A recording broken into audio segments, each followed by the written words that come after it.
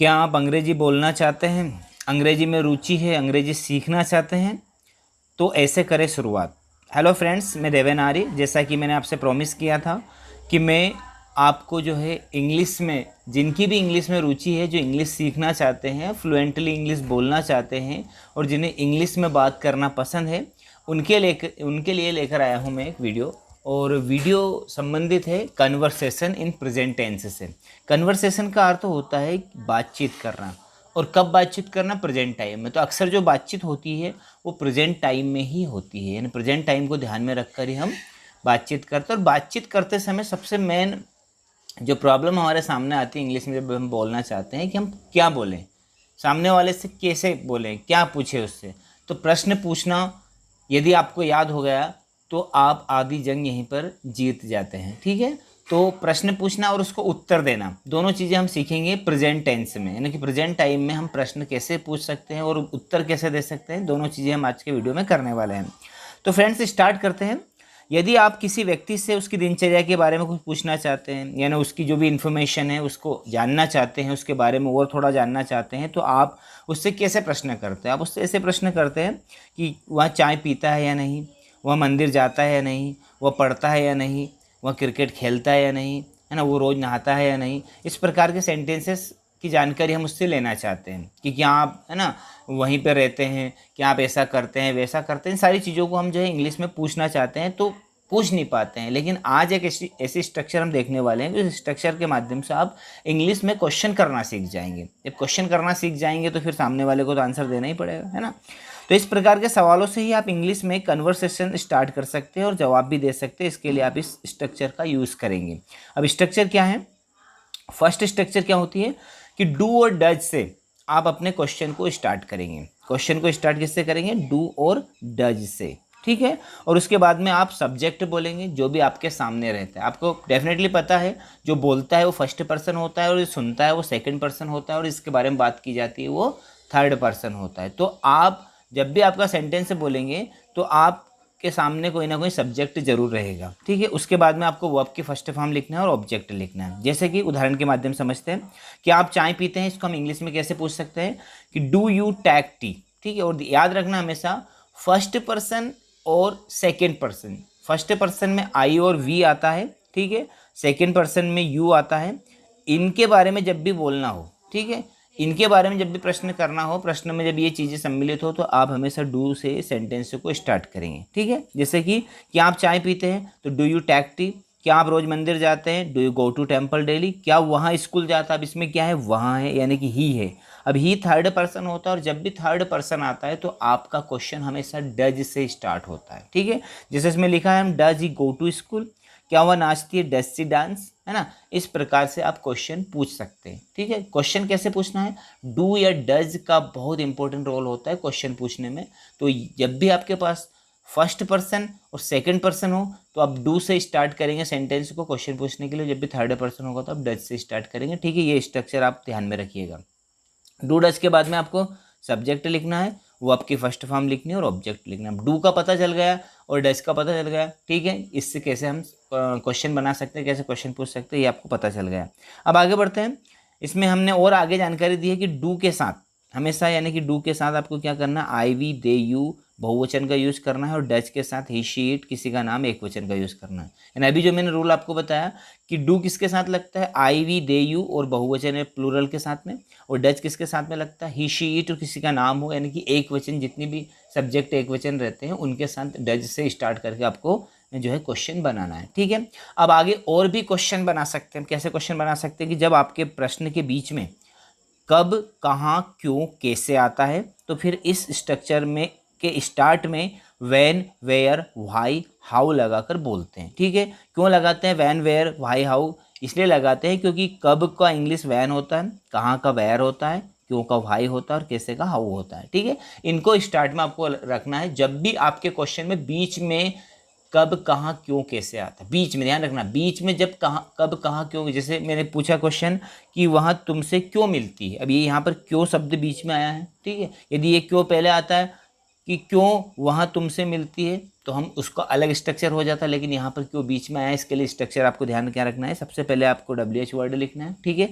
उसके बाद में सब्जेक्ट के अनुसार डू डज लिखना है, फिर सब्जेक्ट लिखना है, फिर वर्ब लिखनी है फर्स्ट फॉर्म में, और इसके बाद में ऑब्जेक्ट लिखना है। तो सेंटेंस क्या बन गया हमारा, why does she meet you, ठीक है। तुम कहाँ रहते हो, तो कहाँ के लिए क्या आता है, वेयर आता है, तो वेयर डू यू लीव।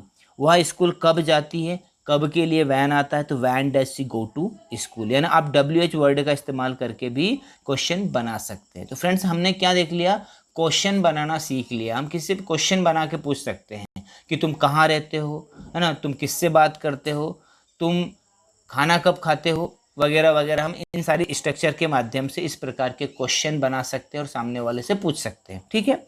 अब आपने प्रेजेंट टेंस में क्या सीख लिया, आपने प्रेजेंट टेंस में क्वेश्चन करना सीख लिया। अब आपको आंसर देना भी याद होना चाहिए, यानी आपसे सामने वाले ने क्वेश्चन पूछा है तो आपको आंसर भी तो पता होना चाहिए। यदि मान लो उसने आपसे पूछ लिया कि वेयर डू यू लिव, तो आपको पता तो होना चाहिए कि हम इसको आंसर कैसे देंगे, ठीक है। तो आंसर देना याद होना चाहिए। तो प्रेजेंट टेंस में आंसर देने के लिए हम निम्न स्ट्रक्चर का यूज़ करते हैं। उसके लिए 2 स्ट्रक्चर होती है आंसर देने के लिए। तो पहली स्ट्रक्चर हो जाती है जिसमें हमारा जवाब हाँ में होता है, ठीक है, और दूसरी स्ट्रक्चर हो जाती है इसमें हमारा जवाब ना में होता है। तो जब हाँ में जवाब होता है तो यस लिखते हैं पहले, ना में जवाब होता है तो नो लिखते हैं, ठीक है। यस के बाद में सब्जेक्ट आता है, वर्ब की फर्स्ट फॉर्म, उसके साथ एस या ईएस भी आ सकता है, और ऑब्जेक्ट आता है, ठीक है। नो में सब्जेक्ट आता है नो के बाद, उसके बाद में डू नॉट आता है या डज नॉट होता है, वर्ब की फर्स्ट फॉर्म आती है और ऑब्जेक्ट आता है।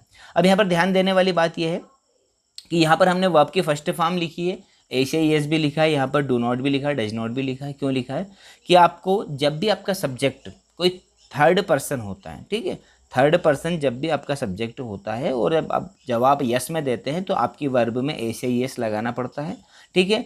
और जब सेकंड और फर्स्ट पर्सन होता है तो आपको जो है जवाब देते हैं उसके बावजूद भी, यस में देते हैं उसके बावजूद भी आपको सिर्फ वर्ब की फर्स्ट फॉर्म ही लिखनी है, ठीक है।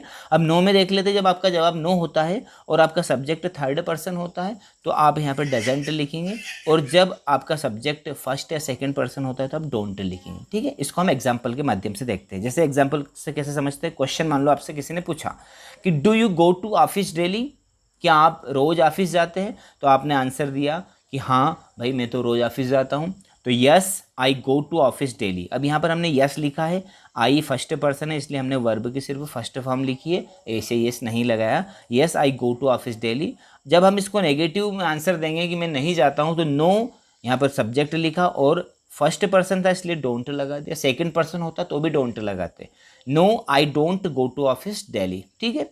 अब यदि यही प्रश्न किसी थर्ड पर्सन से पूछा जाता है, जैसे क्वेश्चन पूछ लिया आपसे कि डज सी स्पीक इंग्लिश, क्या वह अंग्रेजी बोलती है, तो जब जवाब आता है हाँ में कि यस सी स्पीक्स इंग्लिश। अभी हमने यहाँ पर क्या किया, यस लिखा है और सब्जेक्ट जब सी होता है ना थर्ड पर्सन होता है, सिंगुलर होता है, तो हम यहाँ पर वर्ब की फर्स्ट फॉर्म में क्या लगाते हैं, एस लगाते हैं जब हमारा जवाब हाँ में होता है, ठीक है। जब जवाब ना में होता है तो हम क्या लगाते हैं देख लेते हैं कि no she doesn't speak English, यानी कि फर्स्ट पर्सन था, सॉरी थर्ड पर्सन था यानी सिंगुलर था इसलिए हमने यहाँ पर डजंट लिखा है। ओके फ्रेंड्स, आया समझ में आपको कि आपको आंसर किस प्रकार देना है। यदि आप जो है थर्ड पर्सन से बात कर रहे हैं तो आपको क्या लिखना है, डजंट लिखना है। फर्स्ट और सेकंड पर्सन से बात कर रहे हैं तो डोंट लिखना है, ठीक है। और जब एफर्मेटिव यानी यस वाला सेंटेंस होगा तो फर्स्ट और सेकंड पर्सन के साथ सिर्फ वर्ब की फर्स्ट फॉर्म लिखनी है और थर्ड पर्सन के साथ में वर्ब की फर्स्ट फॉर्म में ऐसे यस लगाना है। इसको और एक्सप्लेन करते हैं,